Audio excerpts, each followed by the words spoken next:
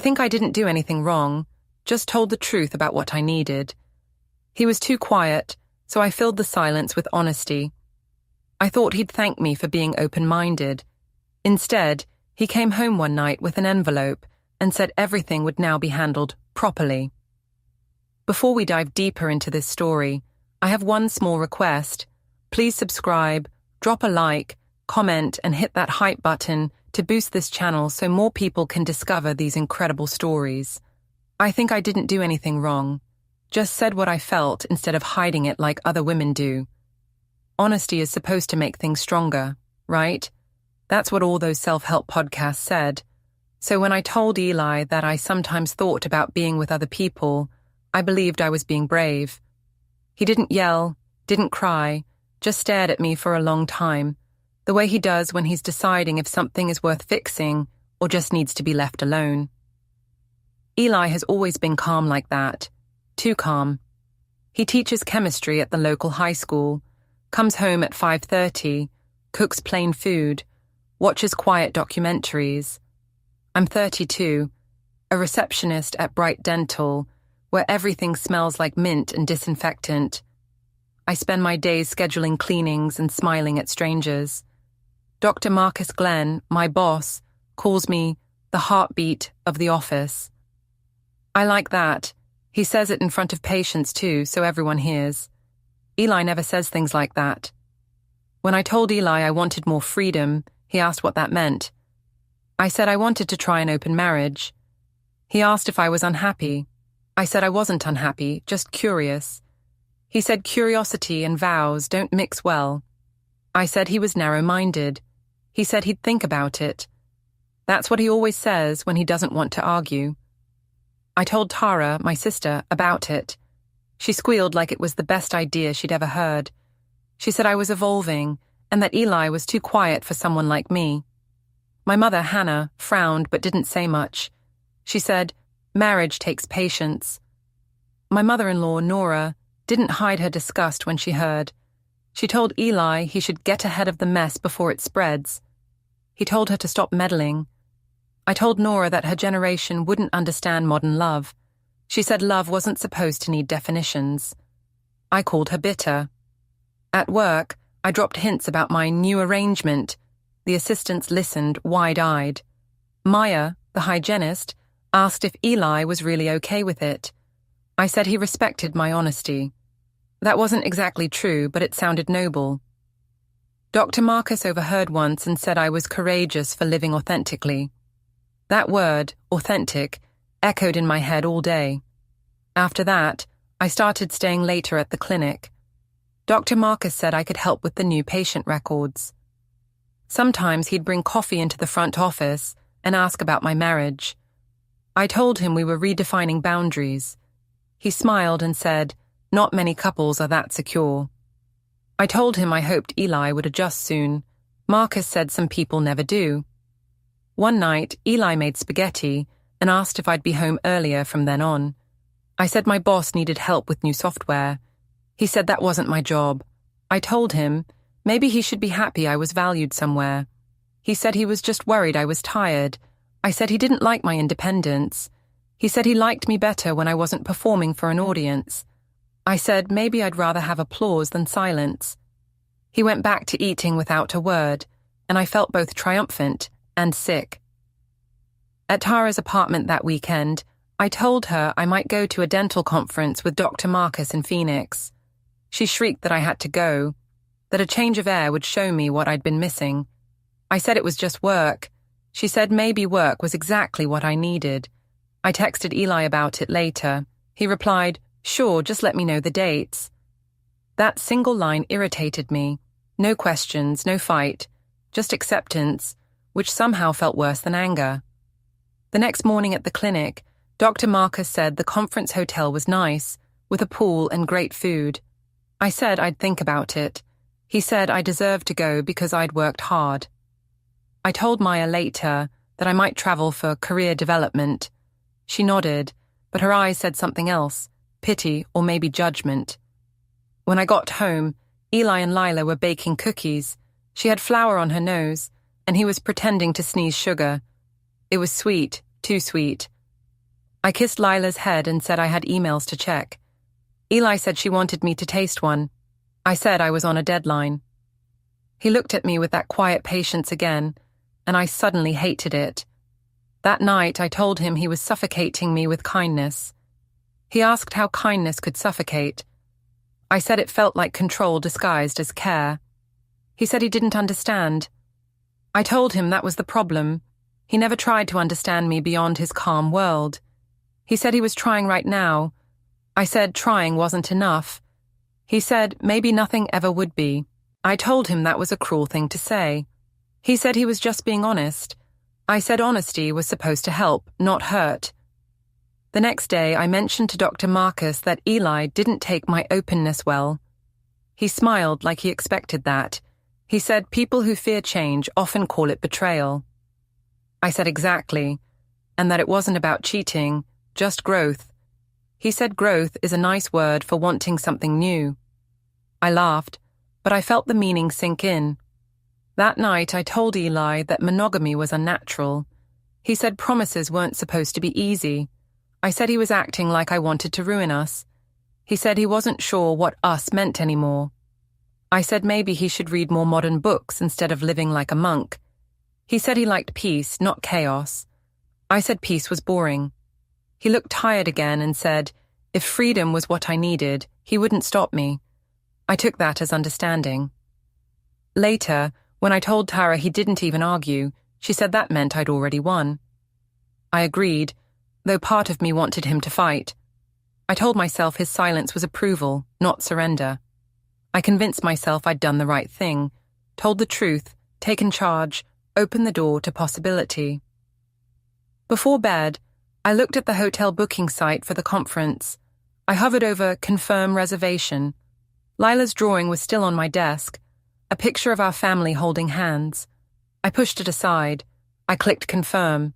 I whispered to myself that it wasn't betrayal if everyone knew. The trip came sooner than I expected. Dr. Marcus said I could ride with him, since the clinic would cover the gas. I told Eli 2 days before we left. He said very simply, drive safe. I wanted him to protest, to tell me not to go, but he didn't. That quiet made me furious. I said he should at least act like he cared. He said he trusted me. I told him trust without interest was laziness. He said maybe I didn't know the difference anymore. I slammed the door before he could finish. Tara helped me pack, throwing dresses and sandals into the suitcase like we were going on vacation. She said I should post pictures to show what confidence looks like. I said it wasn't about showing off. She said, then why are you smiling so much? I told her it was because I finally felt free. She raised her glass and said, freedom looks good on me. At the conference hotel, everything sparkled. Mirrors, white tablecloths, polished shoes.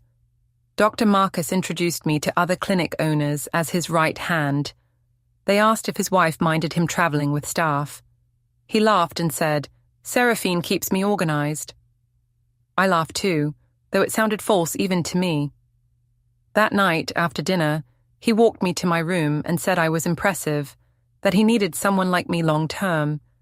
I said I was flattered. He said he meant it.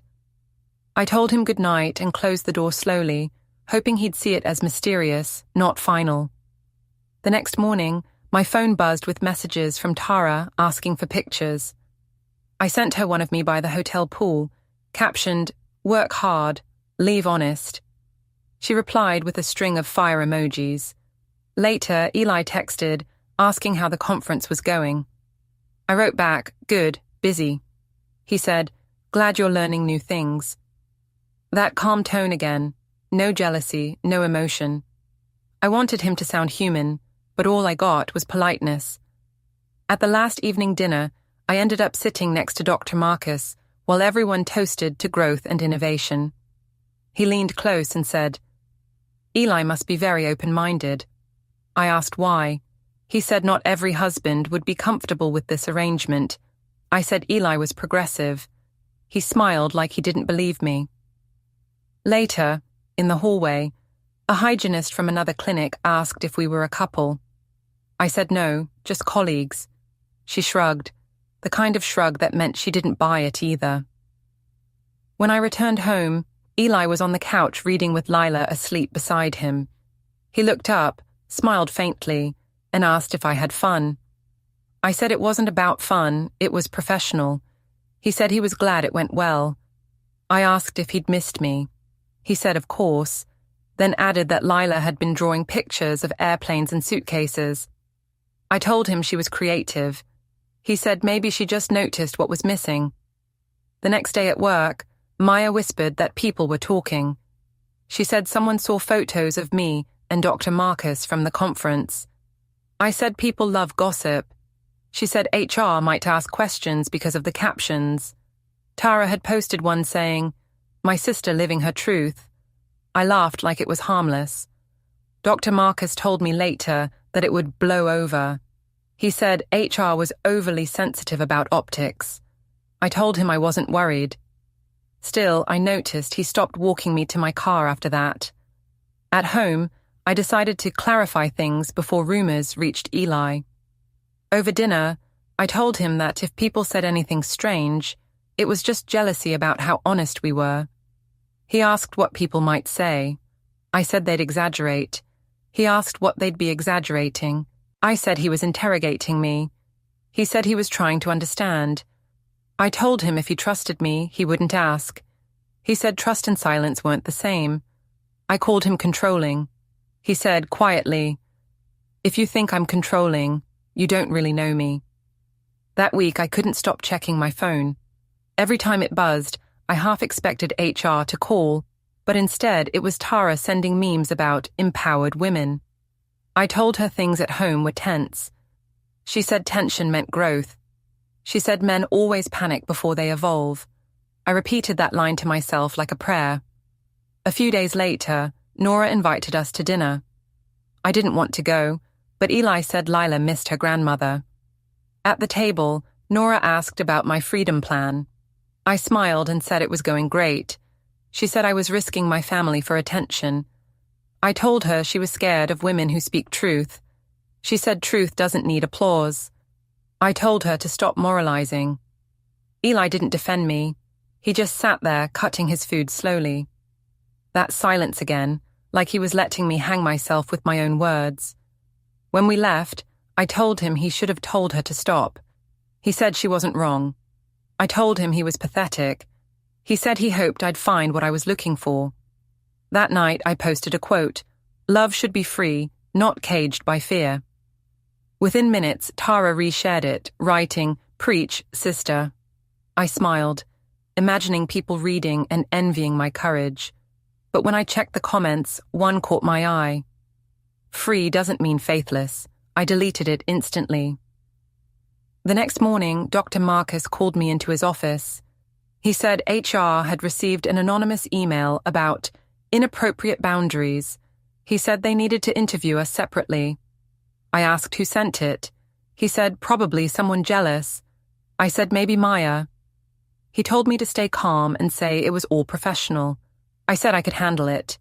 He smiled, but I noticed he didn't meet my eyes. That evening, when I came home, Eli was in the kitchen with a folder on the counter. He said he'd been organizing paperwork for the future. I asked what that meant. He said we'd talk later. I said I hated when he acted like a mystery. He said sometimes silence was safer than arguments. I rolled my eyes and went upstairs, pretending it didn't matter. Before bed, I opened my messages.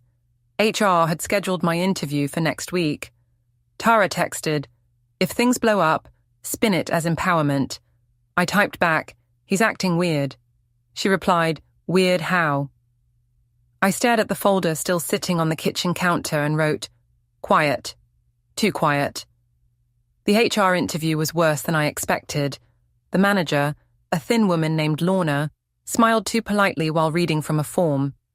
She asked if I'd ever socialized alone with Dr. Marcus outside of clinic hours. I said yes, but only for work trips. She asked if the hotel room bookings were company paid or personal. I said company, though I wasn't sure anymore. She asked if I was aware of the staff gossip. I said gossip came from envy. She wrote something down and thanked me for my honesty. When I stepped outside, Dr. Marcus avoided my gaze. His door stayed closed the rest of the day. That night, I told Eli that HR was making a big deal out of nothing. He said quietly that maybe it wasn't nothing. I told him not to take their side. He said he wasn't taking anyone's side, just observing. I said I hated when he acted like a scientist studying a bug. He said, observation prevents explosion. I told him he sounded ridiculous. He didn't respond, just continued chopping vegetables. I wanted him to throw the knife, yell, anything. But he only said we could eat when I was ready. At Tara's apartment later, I complained about how everyone was judging me. She poured wine and said that men panic when women take control. She said HR's just protecting their image, not me. I said Dr. Marcus hadn't texted all day. She said bosses always get scared when things get serious. She told me to remind him who risked more. I texted him, "We're fine, right?" He replied, "Let's be careful for now." That phrase, "for now," bothered me. Back home, Eli was reading on the couch again. I told him Tara said things would calm down. He said, "You still listen to Tara?" I said at least she listens back. He said he listens, I just don't like his answers. I said he was judging me. He said no, I was judging myself. I stormed upstairs, slamming the door, but his calm footsteps never followed. 2 days later, I received an email from HR stating that administrative review may result in temporary leave. I felt my stomach drop. I went straight to Dr. Marcus's office to demand an explanation. He said HR was covering themselves. I said he could defend me. He said he couldn't interfere. I said we were in this together. He said we weren't married. That word, married, cut like glass. That night, I accused Eli of leaking something. He looked up slowly and said, "What would I leak?" I said, maybe he'd written the anonymous complaint. He said he didn't need to, since everything was already visible. I asked what he meant. He said people tell on themselves more efficiently than others ever could. I told him he sounded smug. He said maybe he'd just learned from me. Over the next week, Dr. Marcus avoided me completely. His messages turned formal. Please update schedule and confirm supply order. I told myself he was just being cautious. But when I saw him laughing with Maya near the supply closet, my chest tightened. Later that night, I texted him, "I thought you cared." He replied, "I do, but not at this cost." I threw my phone across the couch. When I told Tara, she said, men always retreat when the spotlight turns on. She said I should control the story before someone else did. I asked what she meant. She said I should post about choosing myself, that people would support me. So I did. I wrote, "I'm tired of pretending honesty is betrayal." The likes came quickly. Friends, co-workers, even strangers. For a few hours, I felt powerful again. Then Nora called. She asked if I'd lost my mind. She said people were messaging her, asking if Eli was okay. I told her to stay out of it. She said she was worried about her granddaughter growing up seeing this mess online. I said she should thank me for teaching independence. She said independence without responsibility is just chaos. I hung up. Later that evening, Eli came home with a thick envelope. He said it was from an attorney. I laughed, asked if he was suing me for being modern. He said it was for clarity and fairness. I tore it open, scanning phrases like disclosure of assets and temporary custody framework. My heart pounded. I said he was threatening me. He said it was protection, not punishment. I told him he was humiliating me. He said no one else had to know unless I told them. I told him he was cold. He said warmth didn't survive fire. That night I couldn't sleep. I scrolled through my post again. The comments had changed. Some were supportive, but others said things like, "Marriage is not a social experiment." Someone tagged Dr. Marcus's clinic page. I panicked and deleted everything, but screenshots had already spread.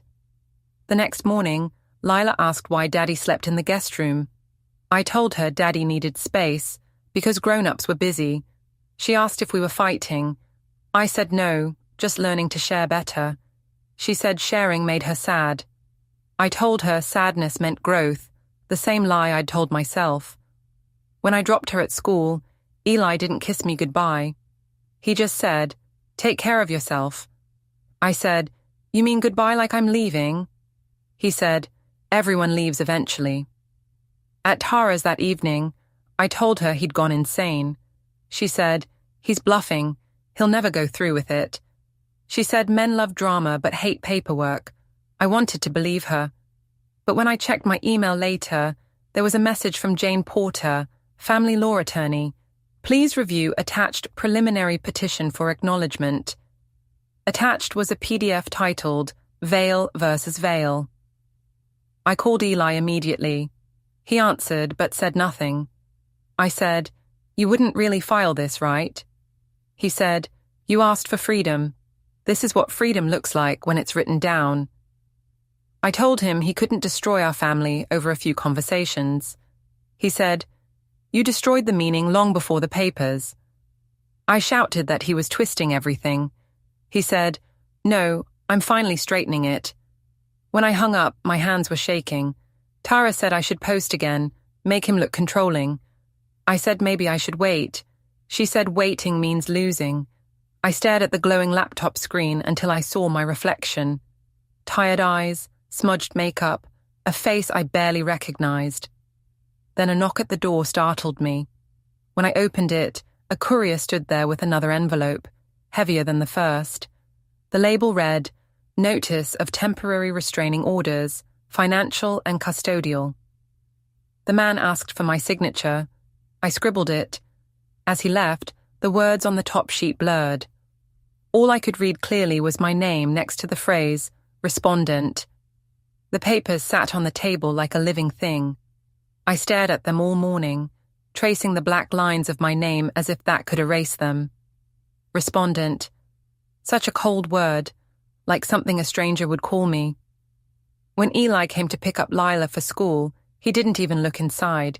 He just said, "She has her lunch?" I said yes. He said, "Thank you." That was all. He didn't glance at the mess on the counter, the papers, the coffee stains, my shaking hands. I called Tara as soon as they left. She said this was a scare tactic. She told me to act calm, post something about focusing on personal healing. I said maybe I should call Eli and talk face to face. She said, "Never chase, let him sweat." I told her he doesn't sweat. She said, "Then make him look guilty instead." So I did what she suggested. I posted a picture of a sunrise with the caption, "When people try to control your light, shine brighter." It got hundreds of likes. For a moment, I felt safe again. That afternoon, HR called.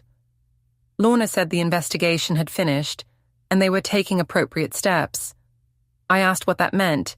She said both Dr. Marcus and I were being placed on administrative leave. I told her she couldn't do that.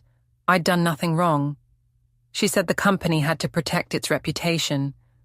I told her maybe they should protect loyal employees. She said it wasn't personal.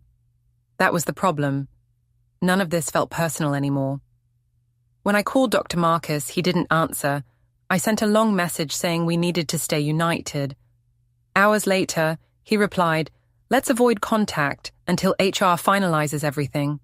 Just like that, formal, detached. I stared at the screen, realizing that he'd already moved to protect himself. I felt betrayed, but told myself he was just scared. Everyone was scared. That evening, Nora called. She said she'd seen my post and wanted to know if I was implying something about her son. I told her to stop twisting things. She said I'd twisted enough. She asked if I'd thought about what all this was doing to Lila. I said my daughter needed a strong mother. Nora said she needed stability. I said stability was overrated. She said chaos doesn't raise children. I hung up before I started crying. When Eli brought Lila home, I asked if we could talk. He said everything needed to go through the lawyer now. I said that was insane. We were still married. He said that was temporary. I told him he was overreacting. He said, "Maybe, but overreacting legally." I told him he was being cruel. He said, "No, I'm being careful." I asked if he still loved me. He said that wasn't relevant to the documents. Then he picked up his coat and left. Tara arrived later with takeout and a plan. She said I had to control the optics. She said to post screenshots of Eli's messages to prove he was cold, distant. I said that wasn't illegal. She said people don't care about legality, only emotions. I hesitated, but finally agreed. I posted part of a message where Eli said, "We'll follow court procedure from now on." I captioned it, "Some men hide behind paperwork when they can't handle passion." It spread quickly. Comments came, people calling him heartless, calling me brave. For a few hours, I believed my version again. Then, the next morning, my phone buzzed with a new email from an address I didn't know. It was from Jane Porter, Eli's attorney. Notice: public disparagement violation risk. Attached was a screenshot of my post. The message was polite but sharp. You are reminded that defamatory or misleading public statements may impact ongoing legal proceedings. I deleted the post instantly, but the pit in my stomach stayed. At work, or what was left of it, I packed my things into a small box. Maya avoided eye contact. When I said goodbye, she said softly, "I hope you take care of yourself."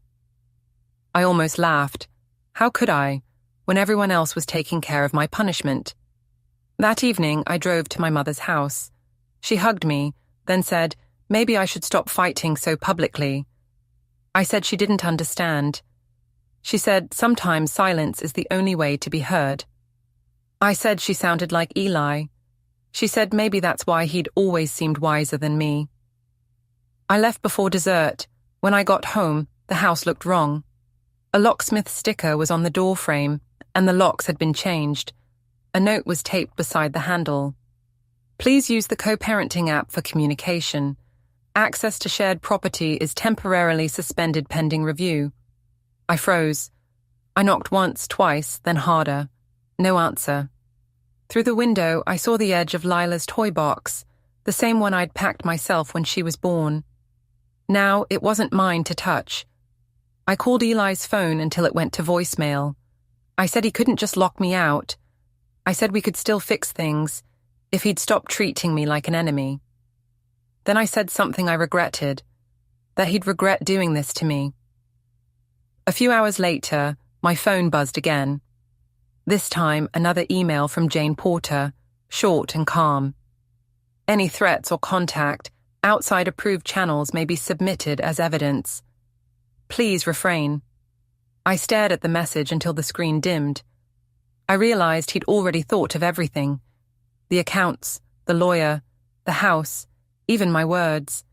He wasn't angry anymore. He was organized. Tara told me to come stay with her. She said it would make a great new chapter. I said maybe I'd just stay in a hotel. She said, then at least film a video about it. People love redemption arcs. I laughed until my throat hurt. When I hung up, I looked again at the note on the door. The phrase pending review stuck in my head. That's what my whole life had become. Under review. Then, as if the world wanted to prove the point, another notification appeared on my phone. Court. Preliminary hearing date confirmed. The location. Family Courtroom 2B. The time, next Thursday, 9 a.m. I stood on the porch in the fading light, the new locks gleaming. Behind them, I could hear the faint hum of Lila's bedtime story through the walls. Eli's calm voice reading about planets and stars. I pressed my forehead against the cold glass and whispered that I just wanted to come home. No one answered. The morning of the hearing came grey and heavy. I barely slept. Tara said to dress soft but strong, so I wore a cream blouse and my old pearl earrings, the ones Eli bought years ago for our anniversary. I told myself it would remind him who I was before everything went wrong. When I got to the courthouse, he was already there, sitting with his lawyer, Jane Porter.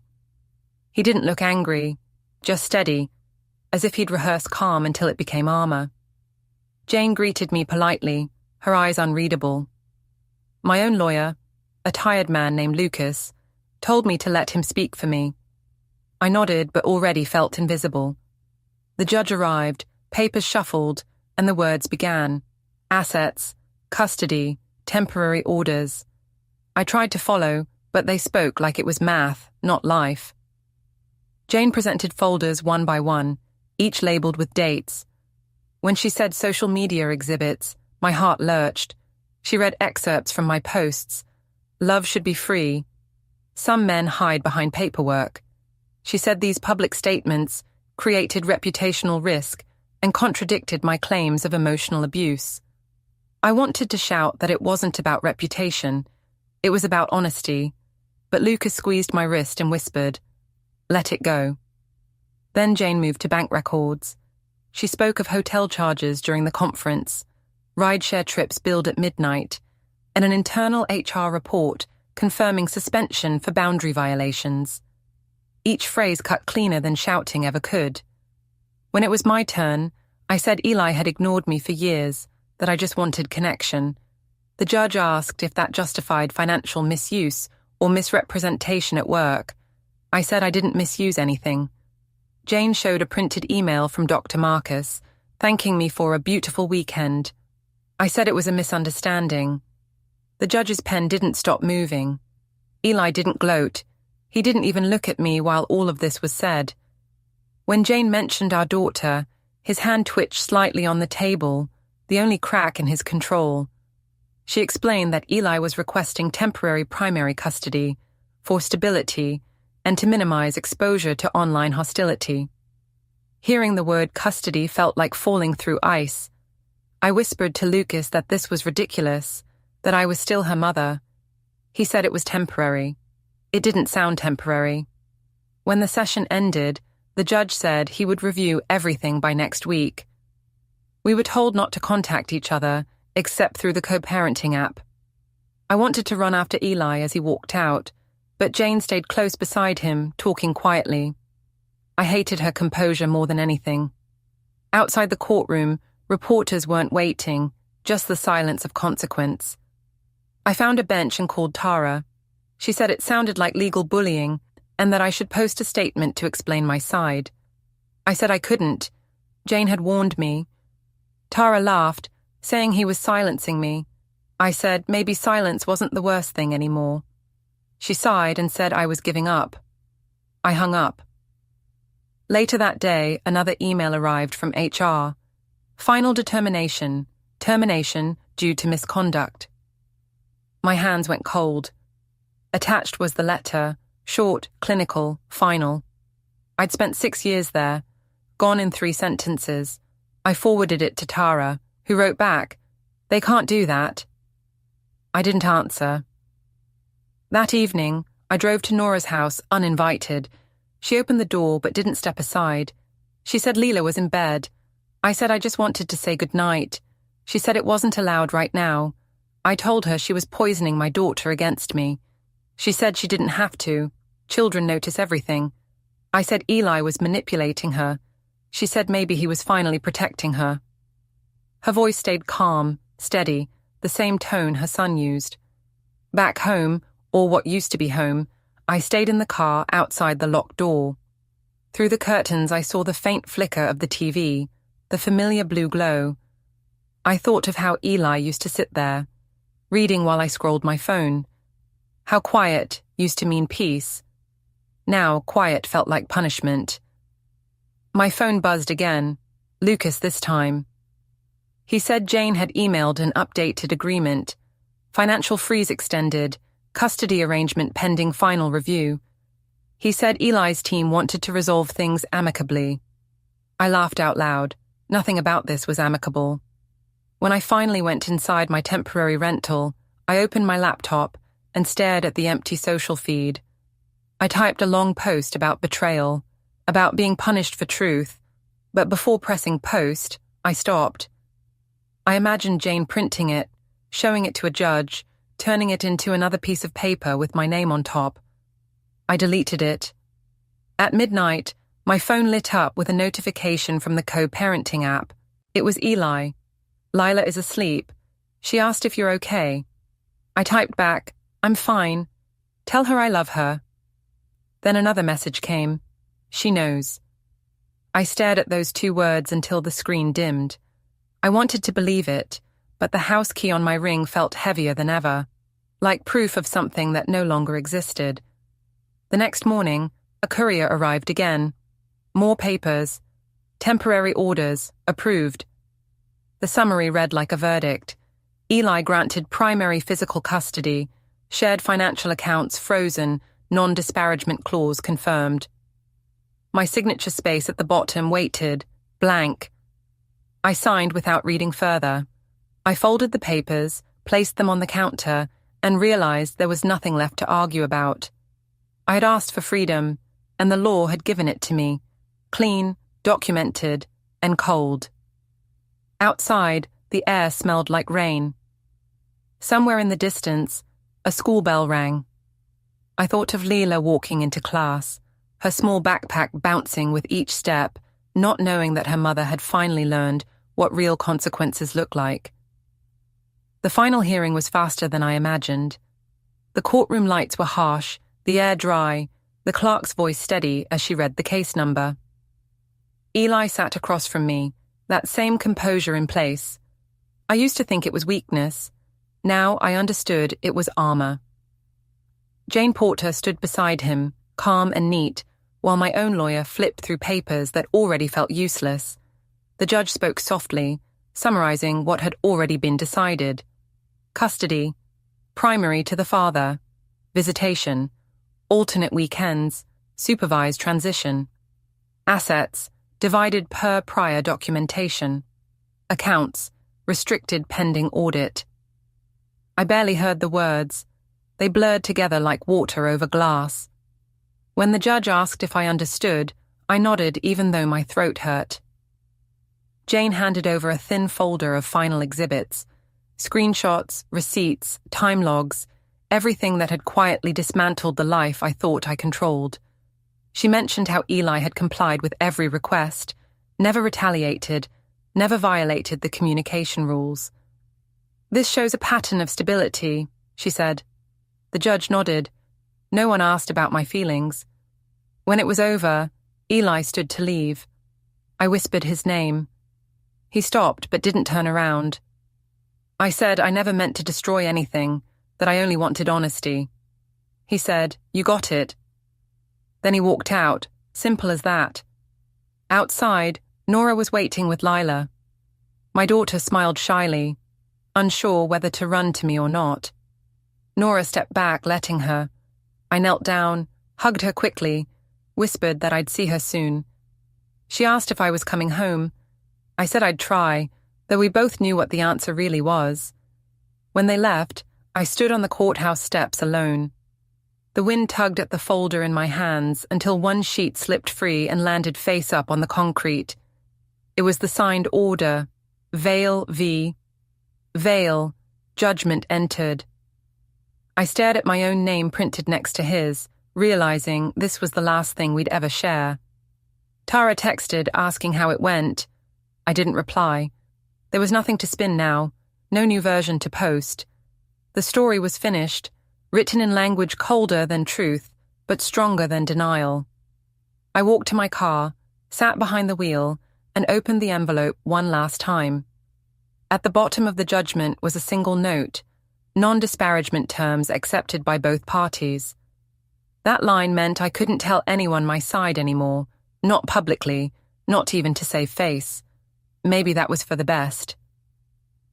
When I started the engine, rain began to fall, soft, careful, as if the world was trying not to make a sound. For the first time, I didn't feel angry, just empty. I'd asked for freedom, and now I had it, signed, sealed, and delivered. Freedom wasn't what I thought, it was silence. Don't forget to hit like, subscribe, and turn on the bell so you don't miss the next story. Write in the comments from which city you are watching.